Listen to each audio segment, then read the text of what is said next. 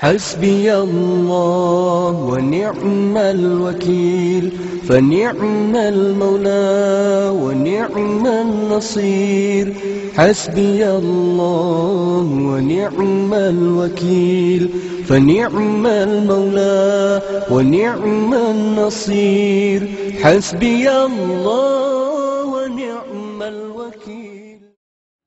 میری پیاری مسلم بہنوں، اللہ سبحانہ سے دعا کر رہے ہیں کہ وہ ہماری رہنمائی فرمائے ہمارے دلوں کی، اور یہ کہ وہ ہمارے ذہن کھول دے اور اسے بنائے اطاعت گزار اور تسلیم کرنے والا اسلام کے دلائل اور قرآن اور سنت مبارکہ کے شواہد کو، اور دعا ہے کہ وہ ہمیں اجازت فراہم فرمائے بذریعہ ذہنی اور اخلاقی تربیت جو اس کے شریف النفس پیغمبر صلی اللہ علیہ وسلم نے عطا فرمائی ہے، کہ ہم احاطہ کر سکیں حقوق اور ذمہ داریوں کا مسلمان خواتین کی۔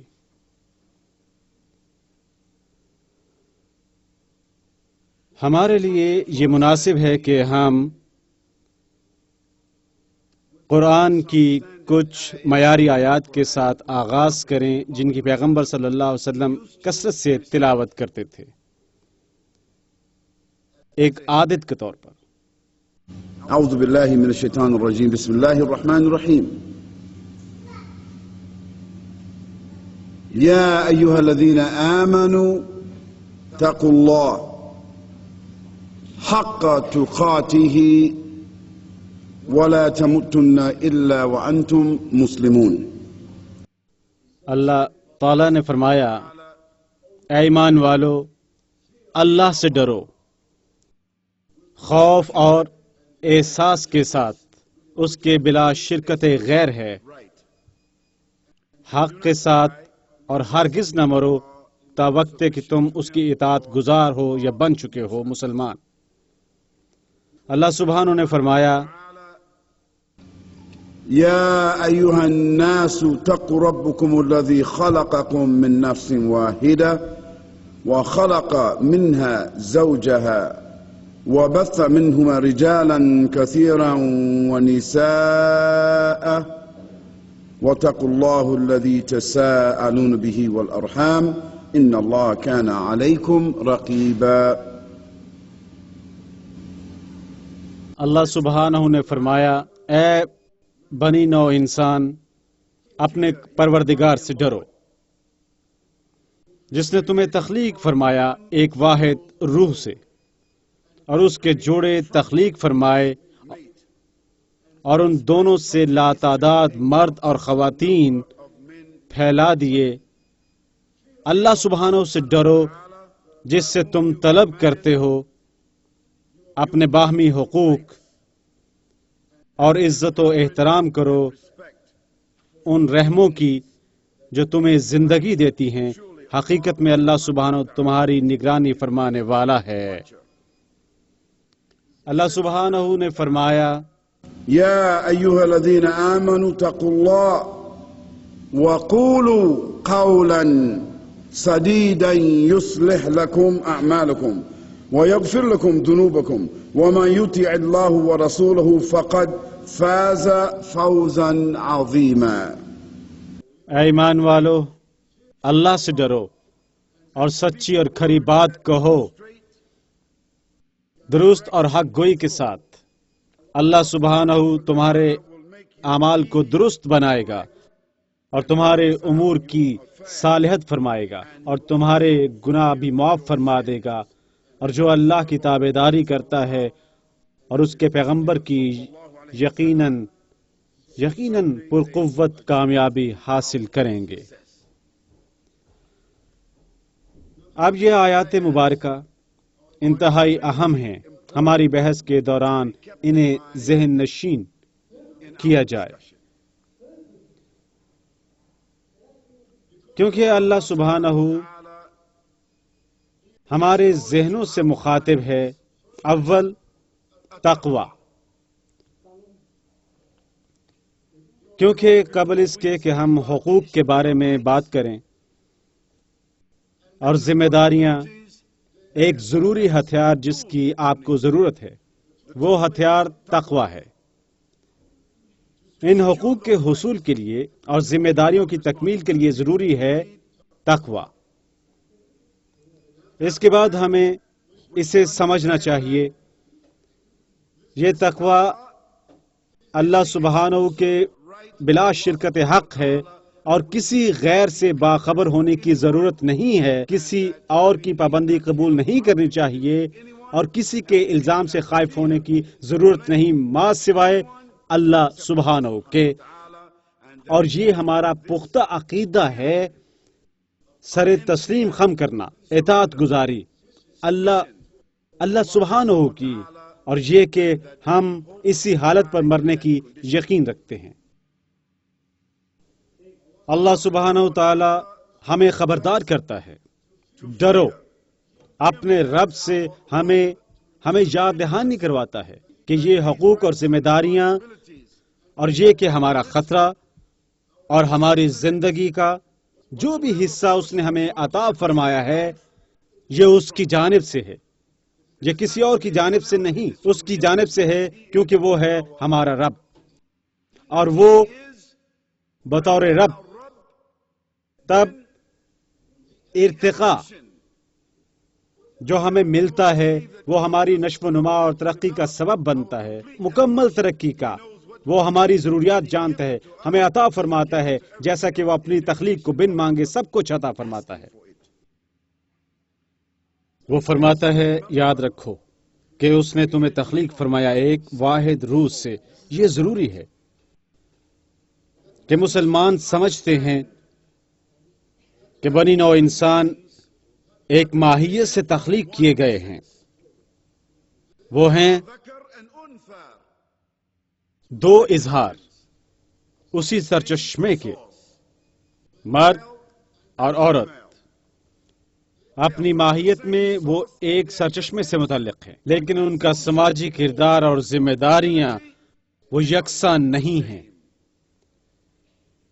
یہ اللہ سبحانہ کی حکمت کی ایک طرز ہے، اور ان دو سے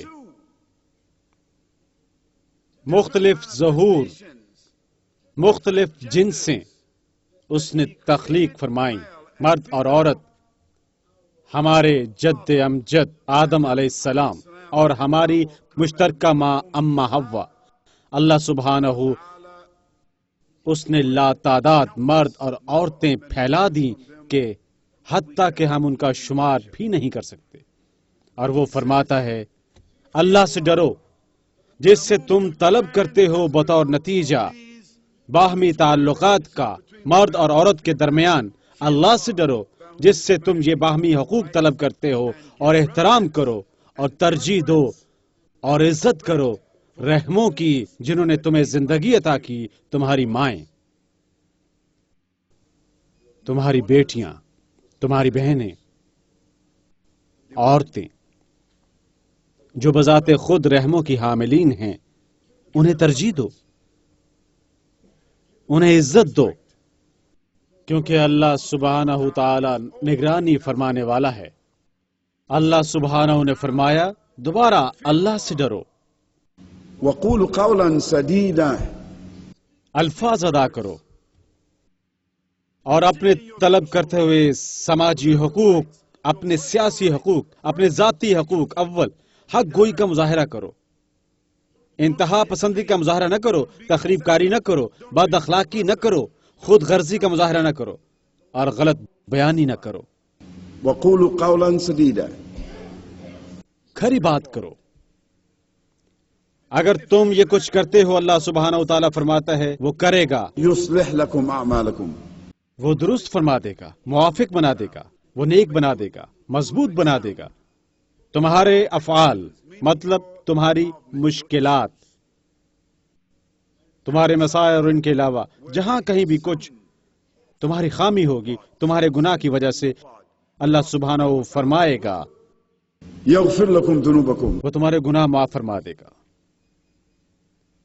اور جو کوئی بھی اس کی ہدایت پر عمل کرتا ہے اور سچ بولے گا، اللہ کی اطاعت کرے گا اور اس کے پیغمبر صلی اللہ علیہ وسلم کی وہ اللہ کی تابعداری کرے اس کے احکام میں، اور پیغمبر صلی اللہ علیہ وسلم کی ان کی سنت مبارکہ میں، تب اللہ سبحانہ و فرماتا ہے اس تابعداری کی وجہ سے وہ اپنے مقاصد حاصل کر لیں گے اور وہ کامیاب ہوں گے۔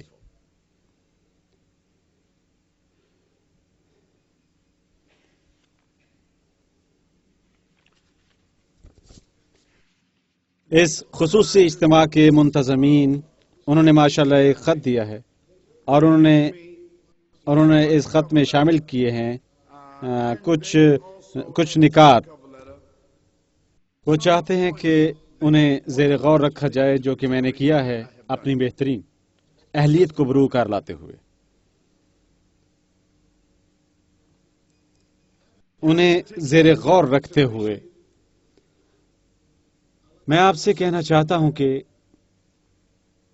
مسائل، چیلنج اور رکاوٹیں جن کا سامنا آج کی خواتین کر رہی ہیں بدحواس کر دینے والی ہیں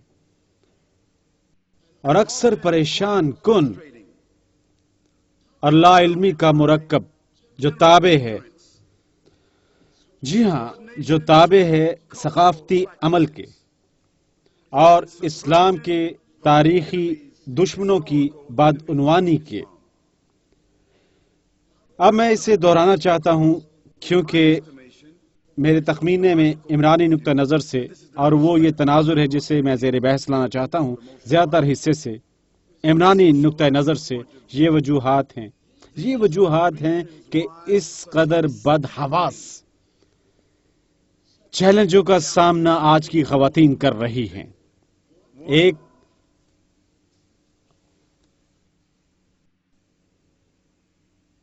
عام پریشانی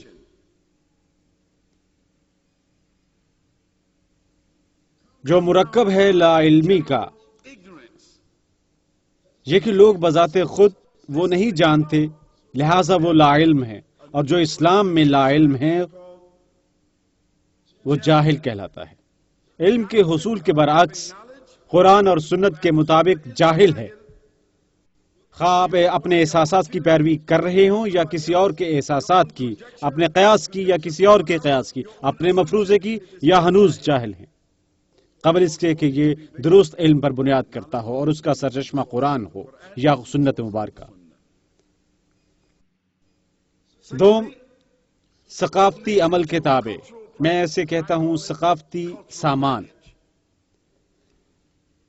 اسلام کے ایک مفکر نے ایک اور انداز سے بیان کیا ہے، انہوں نے کہا آج اسلام کو قید میں ڈال دیا گیا ہے، لیکن یہ قید خانہ کفار کا نہیں۔ ہم آج رد عمل کا اظہار کر رہے ہیں ان مسلمانوں کے خلاف جو قید خانے میں ہیں، کفار کے، ان کے ظلم و ستم کے، لیکن یہ مسلمان ہیں جو بذات خود اسلام کو قید خانے میں ڈال چکے ہیں اور اسلام اس قید سے باہر نکلنے کی کوشش کر رہا ہے۔ مسلمانوں کے پاس چابی موجود ہے۔ وہ قید خانہ کیا ہے؟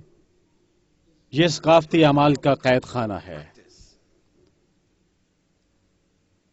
لہذا مسلمان وہ پہن رہے ہیں اپنی ثقافت بیرونی حصے پر، باہر ان کی ثقافت پر عمل پیرا ہیں، اور اسلام اندرونی جانب ہے۔ زیادہ تر لوگ دیکھتے ہیں یہ اسلام نہیں ہے، جب وہ مسلمانوں کو دیکھتے ہیں وہ مسلمانوں کی ثقافت دیکھتے ہیں۔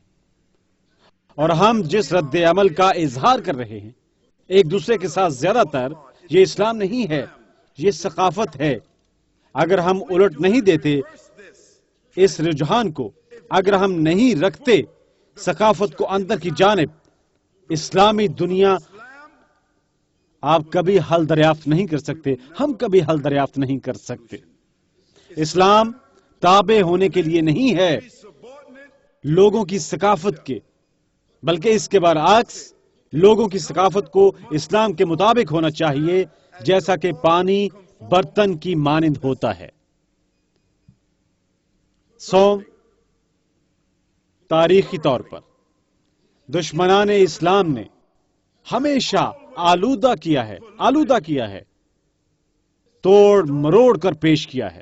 اسلامی پیغام مسلمانوں کو مغالطے میں ڈالنے کے لیے اور ان غیر مسلموں کو بد دل کرنے کے لیے جو اسلام کی کشش رکھتے ہیں۔ یہ ہیں 3 بڑے مسائل اور چیلنج۔ پھر بھی یہ چیلنج برائے نام نہیں اور نہ ہی خلا میں ہیں۔ ان کی تشخیص کی جا سکتی ہے، انہیں شناخت کیا جا سکتا ہے، ایمانداری کی جا سکتی ہے، برتاؤ کیا جا سکتا ہے سائنس اور دوا کے ساتھ۔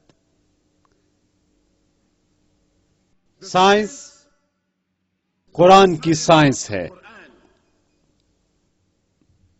دوا سنت مبارکہ کی دوا ہے۔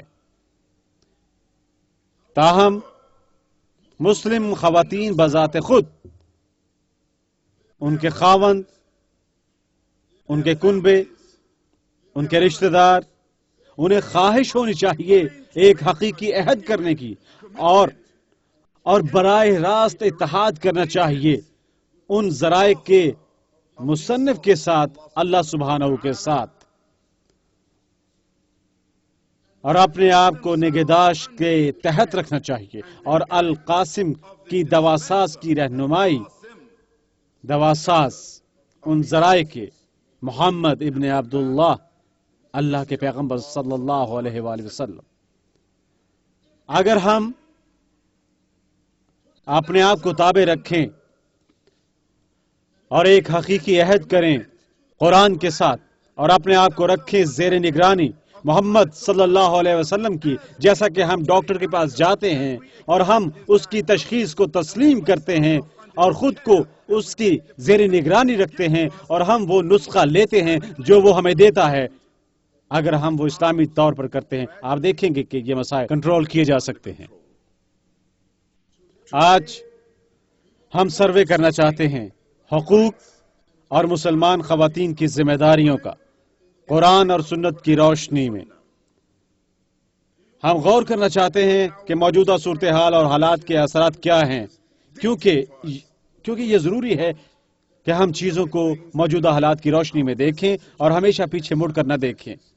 ذرائع برائے ذرائع ہم پیچھے مڑ کر دیکھتے ہیں، لیکن حل کے لیے ہمیں حال میں دیکھنا ہے اور ہمیں مستقبل میں جھانکنا ہے۔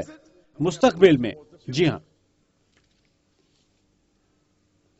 اور جو مشورہ ہمیں موجودہ مفکرین نے دیا ہے اور علم کے طلباء کو موضوعات کی وسیع تعداد ہے۔ اب میں یہاں پر جو کچھ کرنے کی کوشش کروں گا کیونکہ میرے تخمینے کے مطابق بے حد وسیع سلسلہ ہے، شواہد انٹرنیٹ پر ہمارے لیے دستیاب ہے۔ لہٰذا کیوں خالد یاسین جو طالب علم کا طالب علم ہے، وہ کیوں آپ کو اپنے ذہن سے کوئی چیز پیش کرے جبکہ ایسے لوگ موجود ہیں جو بذات خود اس کے بند مفکرین اور علم کے طالب علم، وہ تحریر کر چکے ہیں، وہ اہل بن چکے ہیں، انہوں نے انٹرنیٹ پر ہمارے لیے دستیاب کیا ہے، لہٰذا میں اس کا استعمال کرنا چاہیے۔ لہٰذا وقتاً فوقتاً میں استعمال کرتا ہوں یہاں پر وہ ویب سائٹ، اور آپ براہ راست مہربانی میرا ساتھ دیں، کیونکہ میں فنی طور پر اہل نہیں ہوں اور میں بات کرنے کا بھی اہل نہیں ہوں۔ بھائی کاشف کہاں ہیں؟ میں کرنا پسند کروں گا جبکہ میرا بھائی میرے لیے ان میں سے ایک ویب سائٹ تک رسائی حاصل کرتا ہے۔ میں چاہتا ہوں ہمارے بھائی شیخ فیصل ماشاءاللہ، میں پسند کروں گا ہمارے بھائی شیخ فیصل تلاوت کریں سورہ روم کی، اور میں محض پڑھوں گا اس کا ترجمہ پڑھوں گا اور اس آیت مبارکہ کی روشنی میں کچھ مسائل پر بحث کی جائے گی۔ ہاں جی۔ أعوذ بالله من الشيطان الرجيم بسم الله الرحمن الرحيم ومن آياته أن خلقكم من تراب ثم إذا أنتم بشر تنتشرون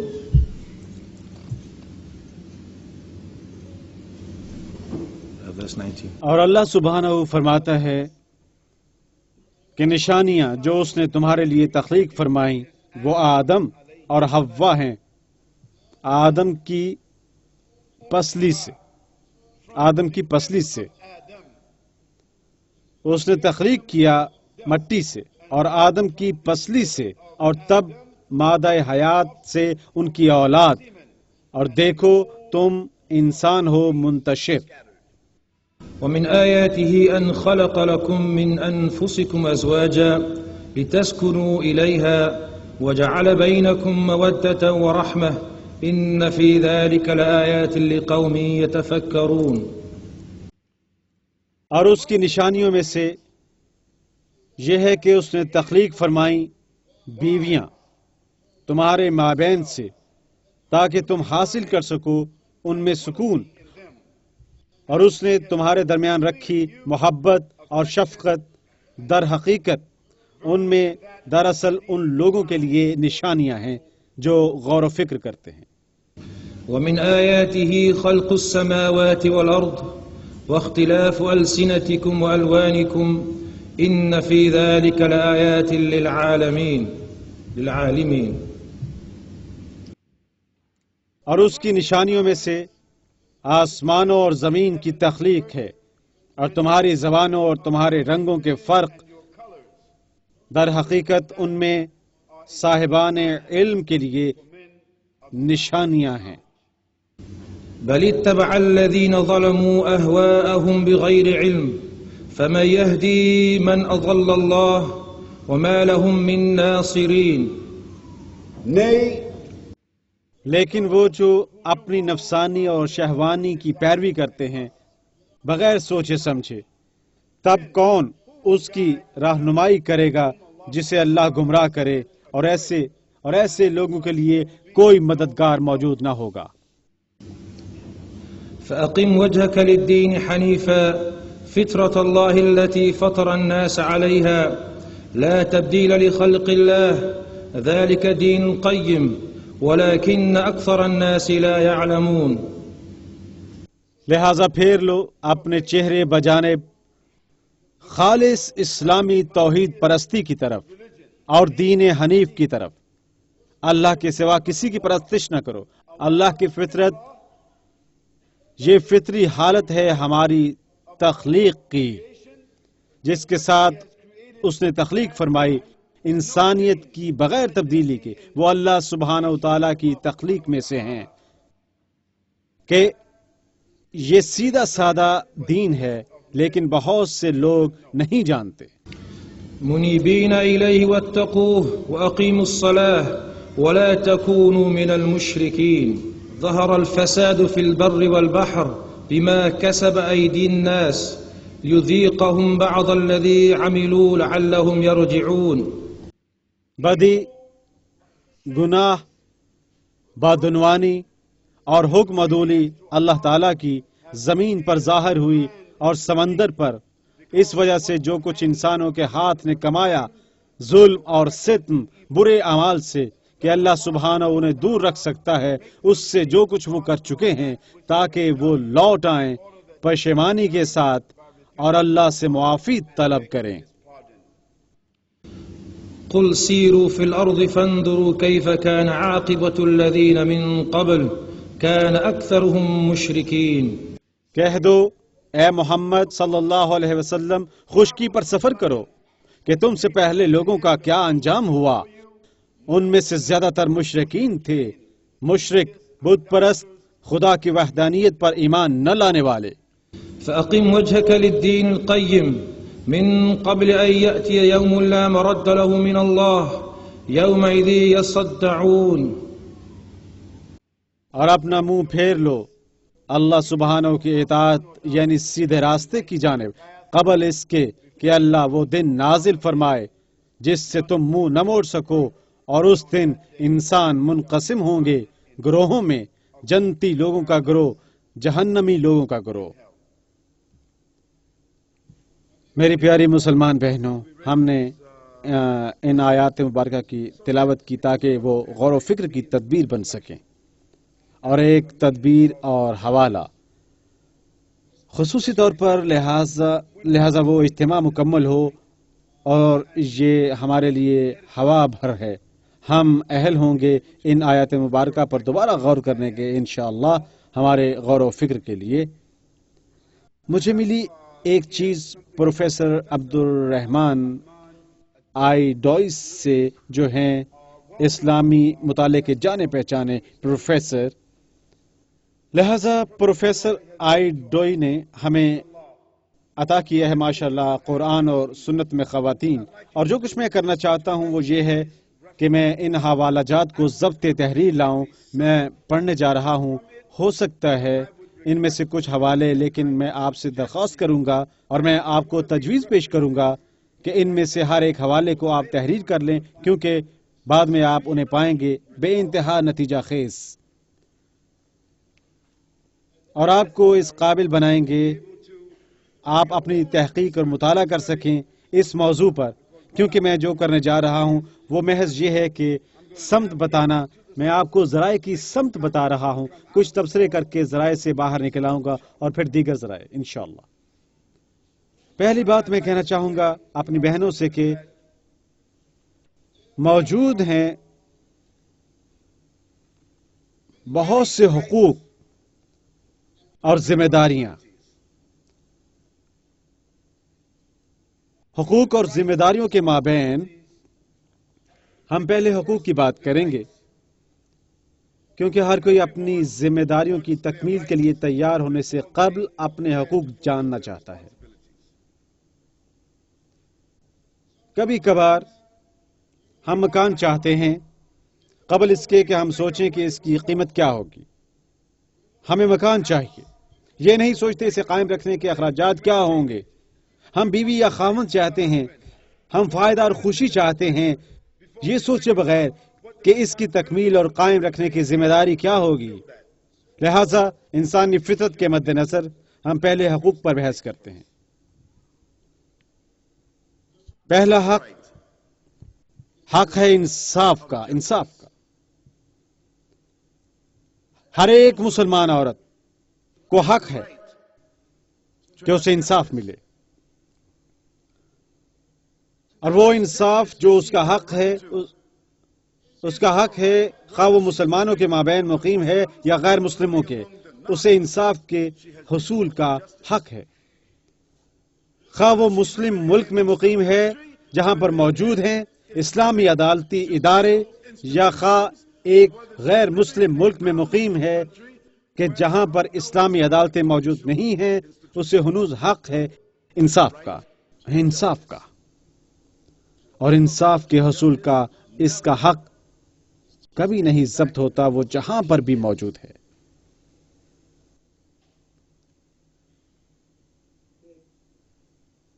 مسلم خواتین مالک بننے کا حق رکھتی ہیں، اپنی ذات کا، اپنی ملکیت کا، اپنے احترام کا، اپنی عزت کا، مسلمانوں اور غیر مسلموں سے۔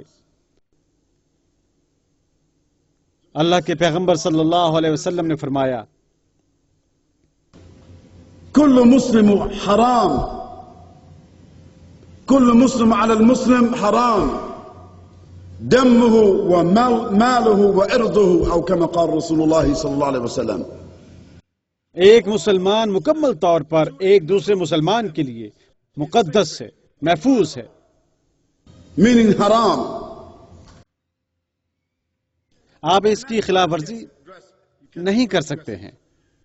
دمه، اس کا مطلب ہے خون جو آپ کے جسم میں دوڑ رہا ہے، اس کے ساتھ ساتھ آپ کا کنبہ، ماله، آپ کی جائیداد، مادی ہے یا مالی،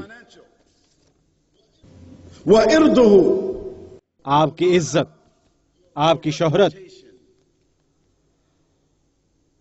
اور ہم ایک موقع کی یاد تازہ کر سکتے ہیں جب ایک مسلمان خاتون کی عزت پامال کی گئی تھی ایک غیر مسلم ریاست میں، اور یہ مسئلہ خلیفہ تک جا پہنچا۔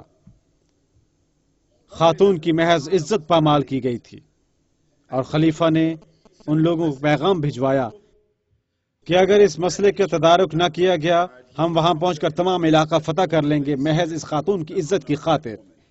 سبحان اللہ، غور کریں، انصاف اسلام کا، مسلم اکابر یہ نہیں سوچ رہا کہ وہاں جائے اور اس شخص کو سیدھا کر دے جس نے یہ کام کیا تھا، نہیں، اس نے انہیں بتایا مسلمان خاتون کی عزت اس قدر عظیم ہے کہ اگر تم معذرت نہ کرو گے اور ملزم کو سزا نہ دو گے تو میں آؤں گا۔ آج ایسے لوگ موجود نہیں۔ نیز مسلمان خواتین کی مساوات ہماری مراد مردوں جیسی نہیں، ہماری مراد اللہ کی نظر میں مساوات، جو اس کا حق ہے اللہ سبحانہ کے نزدیک کہ اسے اسلامی شرع کے مطابق پرکھا جائے۔ یعنی مرد کے ساتھ یا کسی عورت کے ساتھ کوئی بھی انسان، خواہ وہ عورت جو غریب ہے، اس طریقے سے سلوک کی حقدار ہے مسلمانوں کے حکمران کی طرف سے، کیونکہ اللہ سبحانہ کی نظر میں، شرع کی نظر میں خواتین مردوں کے مساوی رتبے کی حامل ہیں۔ وہ رحم دلی کے سلوک کا حق رکھتی ہیں۔ مرد کے حقوق سے بڑھ کر اللہ سبحانہ تعالی جو وہ خواتین کے امور طے فرما رہا ہوتا ہے، جب وہ خواتین ذات کی بات کر رہا ہوتا ہے، اور جب پیغمبر صلی اللہ علیہ وسلم خواتین کے ساتھ معاملہ کرتے تھے اپنے گھر کی اور دیگر خواتین سے، اللہ سبحانہ ایک خصوصی زبان اور خصوصی رویہ استعمال فرماتا ہے، اس طرح ان کے ساتھ معاملہ کرتا ہے۔ وہ کمزور اور نازک ہیں، یہ جانتے ہوئے کہ وہ مردوں سے مختلف ہیں۔ اللہ سبحانہ نے فرمایا اس کی یہ مراد نہ تھی کہ مرد خواتین پر کسی خصوصی برتری کے حامل ہیں۔ ہو سکتا ہے کچھ مرد ایسا سوچتے ہوں، نہیں، اللہ سبحانہ نے مردوں کو رکھا ہے اس صورت میں ایک عورت کے اوپر کہ ان کا تحفظ کر سکیں، کیونکہ وہ نازک ہیں، بالکل ایک ماں کی مانند۔ مرغی انڈوں کے اوپر بیٹھتی ہے کیونکہ وہ انڈے نازک ہیں، اور اللہ سبحانہ اسے ان پر بیٹھنے کی توفیق دیتا ہے، انہیں محفوظ رکھنے کے لیے، ان کی نگہداشت کے لیے، اور اپنے جسم کو ان کی حفاظت کے لیے استعمال کرے، کیونکہ وہ بڑھ کر جذب کر سکتی ہے بنسبت ان انڈوں کے جنہیں سینہ ہوتا ہے۔ لہٰذا اللہ سبحانہ نے مرد کو بنایا محافظ اور سہارا دینے والا عورت کو، اور اس حوالے سے اس نے انہیں قوام فرمایا کیونکہ وہ نازک ہیں۔ وہ قطعی حق کی حامل ہیں سماجی شرکت کے لیے۔ مردوں کو کوئی حق حاصل نہیں کہ وہ ثقافتی تدابیر اختیار کرے، یا سیاسی تدابیر، یا ذاتی تدابیر، یا اخلاقی تدابیر، عورت کو کسی طرح یہ باور کروانے کے لیے کہ وہ ان سے نیچے ہیں یا وہ کچھ مختلف قسم کی مخلوق ہیں، انہیں دیکھنا نہیں چاہیے۔ نہیں، یہ ثقافت سے ہے، اور مردوں کا عدم تحفظ اگرچہ فتنے کی خاطر اور وقار کے تحفظ کے لیے، اور عورتوں کی عزت جسے وہ کہتے ہیں حجاب، اور پیغمبر صلی اللہ علیہ وسلم نے اس کی تلقین فرمائی اور سفارش کی اور حکم دیا کہ ان کی اپنی خواتین کے مابین اور صحابہ لوگوں کے مابین، اور لیکن میں یاد دہانی کروانا چاہتا ہوں، مسلمان مرد ہمیں اس مسئلے پر انتہا پسند نہیں ہونا چاہیے، کیونکہ آغاز میں جب حجاب کے بارے میں آیت مبارکہ نازل ہوئی، ہم جانتے ہیں کہ پیغمبر صلی اللہ علیہ وسلم کی ازواج مطہرات نے اس پر عمل کیا، اور یہ بنیادی سمجھ بوجھ ہے۔ انہوں نے کیسے جواب دیا؟ اس کے ساتھ ساتھ مسجد نبوی صلی اللہ علیہ وسلم میں کوئی پردے موجود نہ تھے، اس وقت کوئی پردے نہ تھے، ہم اسے شواہد سے جانتے ہیں۔ آیات مبارکہ جو نازل ہوئی مردوں کو ہدایت کرتے ہوئے کہ نگاہیں نیچی رکھیں اور اپنی شرمگاہوں کی حفاظت کریں، یہ کہنے کی ضرورت نہ تھی۔ اگر وہاں موجود تھا مسجد میں حجاب اور ان کے اجتماع کے مقامات پر، ہم سب اسباب نزول سے بھی یہ بھی جانتے ہیں، ایک موقع پر خواتین مدینے آئیں مسجد نبوی میں، اور ان میں سے ایک خاتون بہت خوبصورت تھی، اور مرد جانتے تھے کہ وہ آ رہی ہے، وہ صلاۃ میں تھے، سجدے میں اپنی بازوں کے نیچے سے دیکھنے لگے، اور اللہ سبحانہ فرماتا ہے کہ میں جانتا ہوں تمہارے سامنے کیا ہے اور تمہارے پیچھے کیا۔ وہ اپنے بازوں کے نیچے سے کیسے دیکھتے تھے؟ ان خواتین کو دیکھتے تھے۔ لہذا ہم جانتے ہیں مردوں کے لیے کوئی ضرورت نہیں کہ ثقافت کی نظر سے اس مسئلے میں مبالغہ آرائی کرے جو خواتین کو بے آرامی کا شکار بنائے اور مناسب حقوق نہ دے جو کہ مردوں کو حاصل ہیں، جیسا کہ ہم وہاں جاتے ہیں جہاں مردوں کا اجتماع ہوتا ہے اور خواتین کا اجتماع، اور ہم دیکھتے ہیں بڑی بڑی جگہ، مسجد بخوبی کھلی، بخوبی روشن، قالینوں سے آراستہ، مردوں کے لیے سہولیات، اور تب ہم دیکھتے ہیں کہ کسی قدر چھوٹی سی تاریک سیڑھیاں ہم پیچھے کی جانب دیکھتے ہیں، اندھیرا ہے، بدبو مخصوص ہے برائے خواتین، اکثر صورتوں میں ان کی تعداد مردوں سے بڑھ کر ہوتی ہے۔ یہ ثقافت سے ہے، اسلام سے نہیں، اور ہم مرد اس کی تصحیح کرنی ہے، کیونکہ خواتین سماجی شرکت میں ہمارے مساوی حقوق رکھتی ہیں۔ ہمیں خود سے سوال کرنا چاہیے، اور خواتین سے بھی، اس علاقے کی خواتین کہ مردوں کے مقابلے میں ان کی تعداد، جگہ جو خواتین کو دی جانی چاہیے، اور مسجد ان کے تناسب کے عین مطابق ہونی چاہیے، اور اس انداز سے ڈیزائن نہیں کی جانی چاہیے کہ کسی کو قلیل تعداد کا حامل تصور کیا جائے کہ خواتین کا چھوٹا گروہ وہاں پر وقتاً فوقتاً آنا چاہیے۔ خواتین کو حاصل ہونی چاہیے مکمل رسائی تمام تار اسلامی اور سماجی اداروں تک، تاکہ انہیں بھی مردوں کے ساتھ ساتھ بطور انسان ترقی پانے کا موقع میسر آئے۔ دوم، خواتین کو حامل ہونا چاہیے مناسب نمائندگی کا، خواہ وہ ایک وکیل کی حامل ہیں، خواہ وہ ایک ولی کی حامل، خواہ وہ فطری وکیل رکھتی ہو یا وکیل قائم مقام ہو، خواہ اس نے کسی کو بطور وکیل منتخب کیا ہے یا وہ جو اس کا فطری وکیل ہے۔ خواتین کو لازماً نمائندگی ملنی چاہیے، اور ایسا نہیں کہ ان پر حکماً لاگو کی گئی ہے، بلکہ یہ ایک ایسی چیز ہے جو ان کا حق ہے، کیونکہ وہ وکیل نہ ہو تو وہ مناسب نمائندگی حاصل نہیں کر سکتی۔ اور حضرت عائشہ رضی اللہ تعالیٰ عنہا نے پیغمبر صلی اللہ علیہ وسلم کے وصال کے بعد فرمایا، کوئی عورت ایک دوسری عورت کے وکیل نہیں بن سکتی۔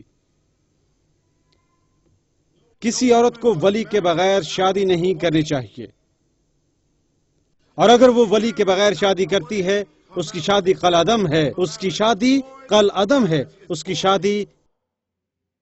اور یہ ہم بھی جانتے ہیں کہ مسلم خواتین اگر انہیں سفر درپیش ہے، انہیں کسی جگہ جانا ہے جہاں انہیں کسی پبلک میں ظاہر ہونا ہے، انہیں اپنے ہمراہ کسی محرم کو لے جانا ہوتا ہے۔ یہ سب اللہ تعالیٰ نے مسلمان خواتین کو عطا فرمایا ہے ان کے تحفظ کے حق کے طور پر۔ یہ ان کی راہ میں رکاوٹ نہیں ہے، مشکل کا سبب نہیں ہے کہ وہ مردوں کی طرح سفر نہ کر سکے، نہیں، کیونکہ وہ شریف النفس ہیں، وہ نازک ہیں، وہ بیش قیمت ہیں، اور کیونکہ وہ ایسی ہستی ہیں کہ خدا اسلامی معاشرے کے تقدس کے لیے اللہ سبحانہ ان کا تحفظ چاہتا ہے، بالکل اسی طرح جس طرح ایک بڑی کمپنی بینک میں رقم لے جاتی ہے۔ آپ غور کریں، اگر آپ کی بڑی کمپنی ہے اور آپ کے پاس بھاری رقم موجود ہے جو بینک لے جانی مقصود ہے، یا رقم مرکزی بینک لے جانی مقصود ہے چھوٹے بینک سے، آپ اسے بختر بند گاڑی میں لے جائیں گے، اور اگر آپ کی رقم اس وین میں موجود ہے، آپ بھی اس گاڑی کے ساتھ جائیں گے اس کی حفاظت کے لیے۔ لہذا ہماری خواتین وہ ہمارے لیے بیش قیمت ہیں، بختر بند گاڑی میں موجود بھاری رقم سے بڑھ کر۔ کوئی بھی بھاری رقم ایک بینک سے دوسرے بینک بغیر بختر بند گاڑی کے نہ لے جائے گا، لہذا کوئی مسلم خاتون محرم کے بغیر سفر نہیں کرے گی۔ اور مرد جو اپنی خواتین کو اجازت فراہم کرتے ہیں تحفظ کے بغیر، یوم قیامت کو اللہ سبحانہ ان کی جانب دیکھے گا بھی نہیں۔ اس قسم کے مردوں کے لیے عربی میں ایک لفظ موجود ہے جنہیں اپنی خواتین کے بارے میں تشویش لاحق نہیں ہوتی، مردوں کے ساتھ شیر و شکر ہوتے ہوئے اور ان کے تنہا سفر کرنے کے حوالے سے ان کی پرواہ نہیں کرتے، ان کی بیٹیاں، ان کی بیویاں، ان کی مائیں، وہ تنہا سفر کر رہی ہیں۔ وہ عربی لفظ کیا ہے شیخ؟ میں سوچتا ہوں یہ ایک بہت سخت اصطلاح ہے، اور یوم قیامت کو اللہ ان کی جانب دیکھے گا بھی نہیں۔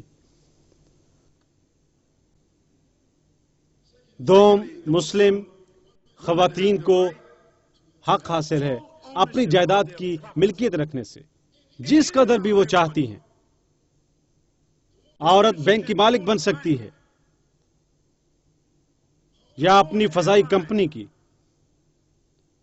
وہ ذاتی صنعت کی مالک بن سکتی ہے، اس کے لیے ہزاروں مرد کام کر سکتے ہیں، جیسا کہ حضرت خدیجہ رضی اللہ تعالیٰ عنہا کے لیے ہمارے پیغمبر صلی اللہ علیہ وسلم کام کرتے تھے۔ سبحان اللہ، کیسے اللہ سبحانہ نے ہمارے پیغمبر صلی اللہ علیہ وسلم کو ماتحتی میں رکھا اور ایک خاتون کو ان کا افسر بنایا، ماشاء اللہ۔ اور وہی خاتون جو ان کی افسر تھیں، ان کی نگران، کمپنی کی مالکہ، اور وہ ہستی تھیں جس نے ان کو کسی کی جانب روانہ کیا کہ وہ انہیں وضاحت پیش کرے۔ کیا خوب بصیرت کہ جب انہوں نے جبرائیل علیہ السلام کو دیکھا جو ان کے پاس آئے۔ سبحان اللہ، اللہ نے کیسے ایک خاتون کے ذریعے ہمارے پیغمبر صلی اللہ علیہ وسلم اور دین کو فائدہ پہنچایا۔ خواتین کو اپنی جائیداد پر مکمل اختیار حاصل ہے، حتیٰ کہ جب اس کی شادی ہوتی ہے اس کی جائیداد اس کے خاوند کے ہاتھوں میں نہیں چلی جاتی۔ اگر وہ پسند کرے تو اس کے ساتھ شیئر کر سکتی ہے، وہ اس کا کوئی بھی حصہ لے سکتا ہے۔ نیز اس کی یہ جائیداد اس کی جائیداد ہے، یہ اس کے باپ کی جائیداد نہیں، یہ اس کے بیٹے کی جائیداد نہیں، یہ اس کے بھائی کی جائیداد نہیں، اور وہ اس جائیداد کی مالکہ ہے۔ حتیٰ کہ اگر اس کا باپ، اس کا بیٹا، اس کا بھائی یا اس کا خاوند ہنوز اس کی نگہداشت کرتے ہیں اور یہ ذمہ داری اٹھاتے ہیں۔ سبحان اللہ، میرا خیال ہے لوگ جب مسلم خواتین کے بارے میں بات کرنے کا آغاز کرتے ہیں کہ وہ مغلوب ہے، ہمیں یہ انکشاف کرنے کی ضرورت ہے۔ بھائی کاشف، میرا کمپیوٹر دوبارہ کام چھوڑ گیا ہے، لہٰذا یہ جائیداد کی ملکیت کا مسئلہ قطعی ایک ایسی چیز ہے کہ غیر مسلم خواتین حتیٰ کہ 30، 40 یا 50 برس قبل دنیا کے اکثر مہذب ممالک میں اس حق کی حامل نہ تھیں، اور وہ حامل ہیں جو کہلاتا ہے معقول پروسیس قانون میں۔ معقول پروسیس، ان کے خلاف شہادت لائی جا سکتی ہے، انہیں بطور گواہ پیش کیا جا سکتا ہے، اور کوئی ان کے ساتھ محض برتاؤ نہیں کر سکتا اور ان کے خلاف محض فیصلے صادر نہیں کر سکتا معقول پروسیس کے بغیر۔ حتیٰ کہ جب عمر ابن خطاب رضی اللہ تعالی عنہ انہوں نے اپنی رائے پیش کی جہیز کی مقدار کے بارے میں جو عورت وصول کرتی تھی، یہ ان کی رائے تھی۔ ایک عورت اٹھی اور کہا، اے امیر المومنین، یہ رائے جو آپ نے دی ہے آپ کی ذاتی رائے ہے، لیکن یہ پیغمبر کی سنت مبارکہ کے ساتھ مطابقت نہیں رکھتی تھی۔ اس نے وہ دلیل پیش کی، وہ بے حد پرقوت تھی جب اس نے ان سے کہا، اور ماشاءاللہ عمر اپنے اختیارات کے بینچ پر بیٹھے تھے اور وہ خاتون خائف نہ تھی، اس نے براہ راست ان سے بات کی، اور اس دن عمر ابن خطاب نے دلیل کا احترام کیا، سبحان اللہ، اور فرمایا آج عمر کی ایک خاتون نے تصحیح کی ہے، کیونکہ وہ ثابت کر رہے تھے پیغمبر صلی اللہ علیہ وسلم کی ایک نمائندے ہونے کی بنا پر کہ عورت اپنے حق اور پوزیشن کی حامل ہے اور رسائی کی، معقول پروسیس میں اپنے ثبوت اور اپنی شہادت کی۔ دوم،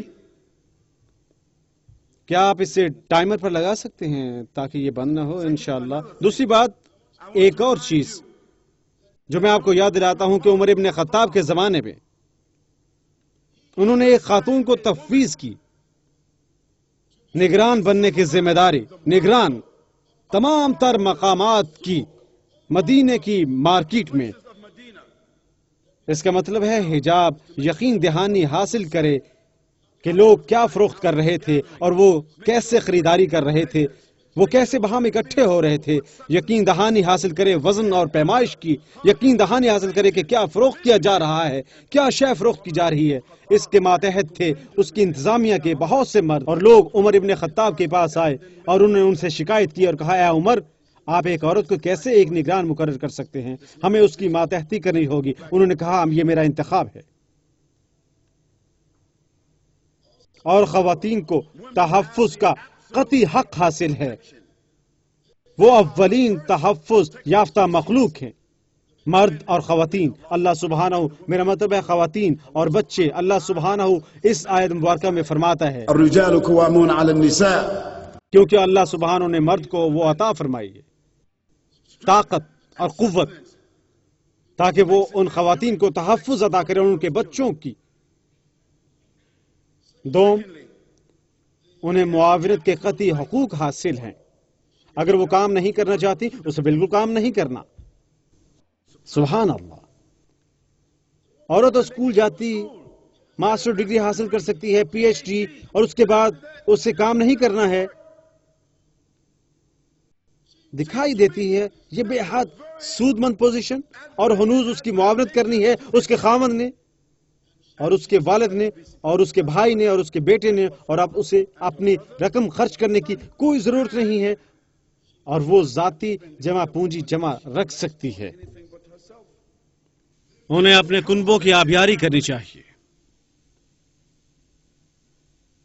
يزكيهن انہیں لازماً پاکیزہ بنائیں يربهم اور ان کی آبیاری بھی کریں، پروان چڑھائیں، حفاظت کریں، مشورہ کریں، نگرانی کریں، شوہروں سے مشورہ کریں، اور انہیں اپنے شوہروں کو دین کی جانب نصیحت کرنی چاہیے۔ وہ اطاعت کرتی ہیں اس کے احکامات کی، خوشیوں کی، اور انہیں نصیحت بھی کرتی ہیں، بالخصوص فجر کے وقت۔ آپ مسلم خواتین کو ہونا چاہیے فجر ادا کرنے والوں میں سے، کیونکہ اگر آپ فجر ادا کرتی ہیں تب آپ کو حق حاصل ہے اپنے خاوند کو نصیحت کرنے کا، اور فجر کے وقت اسے گھر سے باہر نکالیں، اسے بیدار کریں، سختی کریں، اس سے کہیں آپ فجر کے لیے مسجد کیوں نہیں جانا چاہتے؟ اگر آپ جائیں گے تو ہمارے لیے 27 عطیات پائیں گے۔ نہیں، نو، بستر چھوڑیں، جائیں اور نماز پڑھیں، سبحان اللہ۔ اور تب اگر وہ نہ اٹھے، جائیں اور پانی لے آئیں، اور تب اس پر تھوڑا سا پانی پھینکیں اور بھاگ جائیں اور دروازہ بند کر دیں۔ وہ ناراض ہوگا آپ کی اس حرکت پر، لیکن جب اسے نماز ادا کرنے کی عادت پڑ جائے گی تو وہ اسی وجہ سے آپ سے محبت کرے گا۔ لہذا فجر ادا کرنے والی بنے، اور اگر خاوند کو کوئی نصیحت کرنا چاہتی ہیں اسے عمدہ طریقے سے کریں، اس سے کہیں، یہ کبھی نہ کہیں کہ آپ کو نہیں پتا، آپ ہمیشہ کہتے ہیں میں یہ کروں گا، میں وہ کروں گا۔ جو آپ کہتے ہیں وہ کبھی نہیں کرتے، نہیں، بلکہ ایسے کہیں، یا حبیبی سنیں، کیا آپ نے کبھی پیغمبر صلی اللہ علیہ وسلم کو یہ حدیث مبارکہ پڑھی ہے؟ آپ جانتے ہیں میں اس آیت کی تلاوت کر رہی تھی اور میں حیران تھی کہ کیا آپ اس آیت مبارکہ کی تفسیر جانتے ہیں؟ آپ جانتے ہیں کہ میں فقہ کی اس کتاب کا مطالعہ کر رہی تھی اور اس کی اصطلاح میری سمجھ میں نہیں آ رہا، آپ کا کیا خیال ہے؟ دیکھیں، کیا آپ جانتے ہیں میں ابھی بھی سوچ رہی تھی، مجھے کوئی چیز خریدنی تھی، مجھے یاد نہیں کیا مجھے حق مہر دے دیا تھا؟ آپ کے اس طرح مطالبہ کرنے سے وہ سمجھ جائے گا کہ آپ اسے یاد دلا رہی ہیں، وہ محسوس نہیں کرے گا، لیکن آپ کو بہت زیادہ پریشان نہیں کرنا چاہیے اسے، لیکن آپ کو انہیں نصیحت کرنی چاہیے۔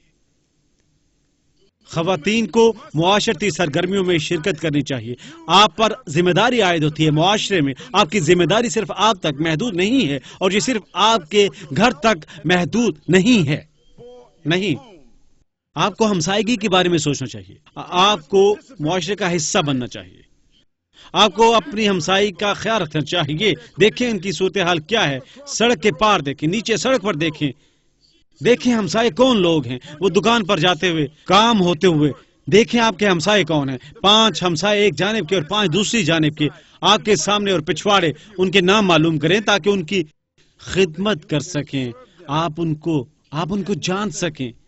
اگر گلی میں ہلچل ہے، یہ خطرناک چیز ہے، آپ کو اس کی رپورٹ کرنی چاہیے اور شامل ہو جائیں پیرنٹ ٹیچر ایسوسی ایشن میں، آپ کو ہمسائے کی گیری کونسل میں شامل ہونا چاہیے، آپ کے علم میں ہو کہ آپ کے ارد گرد کیا ہو رہا ہے، کون آ رہا ہے، کون جا رہا ہے، کسی ہمسائے میں نہیں ہونا چاہیے، آپ کو نگرانی کرنی چاہیے، نہ صرف دیگر لوگوں کے مسائل کی بلکہ اپنے ذاتی مسائل کی بھی معاشرے میں شرکت کریں، محض ٹی وی ہی نہ دیکھتی رہیں، رسالے ہی نہ پڑھتی رہیں، یا خود پر ہی نہ نظر رکھیں، فریج میں نہ جھانکتی رہیں، خود کے لیے یا اپنے بچوں کے لیے ونڈو شاپنگ نہ کرتی رہیں، نہیں، اپنے ہمسائے کی بھی فکر کریں، کیونکہ پیغمبر صلی اللہ علیہ وسلم جب بستر علالت پر دراز تھے، جب وہ وصال کے قریب تھے، جبرائیل آئے، ان سے پوچھا ہمسائے کے بارے میں، اس قدر زیادہ کہ پیغمبر صلی اللہ علیہ وسلم نے فرمایا کہ انہوں نے سوچا، عین ممکن ہے کہ ہمسائے کو اس کی سکونت کا حق حاصل ہو گیا ہے۔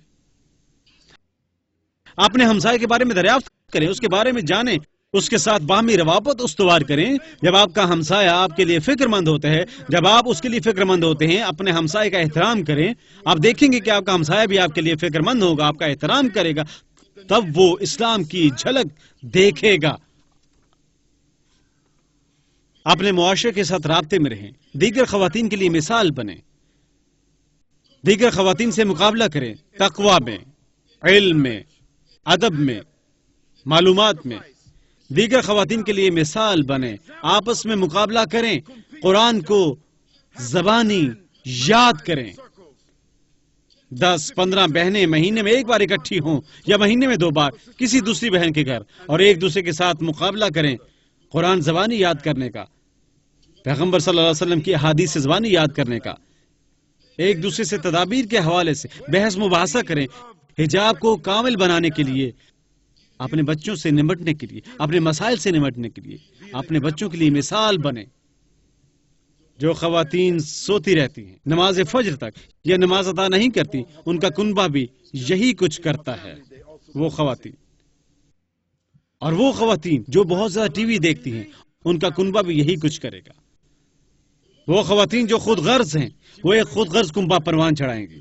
خواتین پہلی یونیورسٹی ہیں، وہ جو کچھ اپنے کنبے کو سکھاتی ہیں، اکثر اوقات کنبہ اس سے کبھی نہیں بھولتا اور اپنی بقایا زندگی اسی طرح گزارے گا۔ محفوظ باضابطہ علم بہنیں جب پڑھنا شروع کریں، کبھی کبھار بہنیں پڑھنا چاہتی ہیں تمام قرآن پاک زبانی حفظ کرنا چاہتی ہیں، بہنیں اسے اپنا مقصد بنائیں۔ تمام قرآن پاک زبانی یاد کرنا میرا مقصد ہے۔ لیکن صحابہ اکرام آیات مبارکہ حفظ کیا کرتے تھے اور پھر اس پر عمل پیرا ہوتے، اور پھر 10 آیات حفظ کرتے اور ان پر عمل کرتے۔ ہم سب کو قرآن پاک اسی طرح حفظ کرنا چاہیے تاکہ آپ کا علم باضابطہ بن سکے۔ یاد کریں اور ابن کثیر سے اس کی تفسیر اور اسباب نزول، کب اور کیسے کن حالات کے تحت یہ آیات نازل ہوئیں، یاد کریں اور حدیث اور قرآن اور پھر علماء اور فقراء کی وضاحت دیکھیں، پھر توجہ دیں بجانب امور، اصول اور اصول فقہ، پیغمبر صلی اللہ علیہ وسلم کی سیرت کو سمجھیں مسئلے کو اپنی صلاۃ اور طہارت کے حوالے سے۔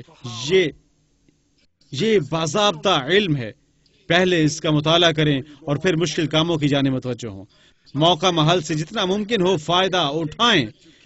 ہمیں شرم آنی چاہیے مغرب میں رہتے ہوئے، جہاں تعلیم آپ کی پہنچ میں ہے اور مسلم خواتین اس سے فائدہ نہیں اٹھاتی، اور کئی صورتوں میں آپ کو ڈگری حاصل کرنے کے لیے گھر سے نکلنے کی بھی ضرورت نہیں۔ آپ کے علم میں ہونا چاہیے کہ کسی نے مجھے بتایا آج کل انٹرنیٹ پر تقریباً 716 سے زائد ڈگریاں ہیں جو ایک خاتون گھر میں بیٹھ کر حاصل کر سکتی ہے۔ سبحان اللہ۔ دوم، اپنی اسلامی ذمہ داریاں پوری کریں۔ آپ کی اسلامی ذمہ داریاں آپ کے اور اللہ سبحانہ کے درمیان، آپ کی اسلامی ذمہ داری پیغمبر صلی اللہ علیہ وسلم کے حوالے سے، مسلم اکابرین کے حوالے سے، آپ کے خاوند کے حوالے سے، اپنے کنبے کے حوالے سے، کمیونٹی کے حوالے سے اور آپس کے تعلقات کے حوالے سے اپنی زبانوں کی حفاظت کریں۔ مسلم خواتین کے لیے کوئی چیز اتنی تباہ کن نہیں جتنی زبان۔ اللہ کے پیغمبر صلی اللہ علیہ وسلم نے مرد خواتین کے گروہ سے فرمایا، اگر مجھے 2 چیزوں کی ضمانت دے دے تو میں جنت کی ضمانت دیتا ہوں۔ انہوں نے فرمایا زبان اور شرمگاہیں۔ ایک مرتبہ حضور صلی اللہ علیہ وسلم اپنی مسجد سے گزر رہے تھے، وہاں موجود خواتین گپ شپ میں مشغول تھی۔ انہوں نے فرمایا، اے خواتین، اللہ سبحانہ نے مجھے جہنم کی آگ کا معائنہ کروایا اور اس کے مکینوں میں اکثریت خواتین کی تھی، اور وہ خواتین کیوں جہنم میں داخل ہوئیں؟ انہوں نے فرمایا کہ ان میں سے بہت سی خواتین گپے ہانکتی تھی اور بہت زیادہ باتونی تھی، اور وہ اپنے خاوندوں کی ناشکری تھی۔ ان کے خاوند جب بھی ان کو کچھ دیتے یا ان پر خرچ کرتے، وہ کہتی شکران جزاک اللہ خیرن، لیکن جب وہ ناراض ہوتی تو وہ کہتی تم نے میرے لیے کچھ نہیں کیا۔ اور وہ ہانکتی تھی گپیں بڑی بڑی ٹیلی فون پر، جانتے ہیں ٹیلی فون اور ٹیلی وومین، ابلاغ کے دو ذرائع، ٹیلی فون اور ٹیلی لیڈی. کیونکہ آپ کے پاس زیادہ وقت موجود ہوتا ہے، آپ زیادہ سرگرم ہیں. مرد بھی وہی کام کرتے ہیں لیکن مختلف طریقوں سے، مگر جب آپ ایسا کرتی ہیں تو یہ زیادہ خطرناک ہوتا ہے، کیونکہ آپ مردوں اور بچوں کے درمیان کھڑی ہیں. اپنی زبانوں کی حفاظت کریں. پیغمبر صلی اللہ علیہ وسلم نے فرمایا، وہ جو اللہ اور آخرت پر ایمان رکھتا ہے یا تو اچھی بات کہے یا خاموش رہے. لہذا جب آپ بہنوں کو احمقانہ بات کہتے ہوئے دیکھیں، آپ کہیں سنو بہنوں، اگر کہنے کو کچھ اچھا نہیں تو آپ کے لیے مشورہ ہے، خاموش رہیں، مت بولیں. یہ پیغمبر کا فرمان ہے، مبارک ہے. اور خواتین میں دعوت کے رجحان کو فروغ دیں. میں آپ کو اعداد و شمار بتاؤں گا. 1,08,000 کے قریب لوگ مسلمان ہوئے جن کا تعلق برطانیہ، شمالی امریکہ اور آسٹریلیا سے تھا گزشتہ برس. 1,08,000. اور میں آپ کو بتاؤں ان میں سے 63% خواتین تھی. اس کا مطلب ہے تقریباً 69,000 خواتین.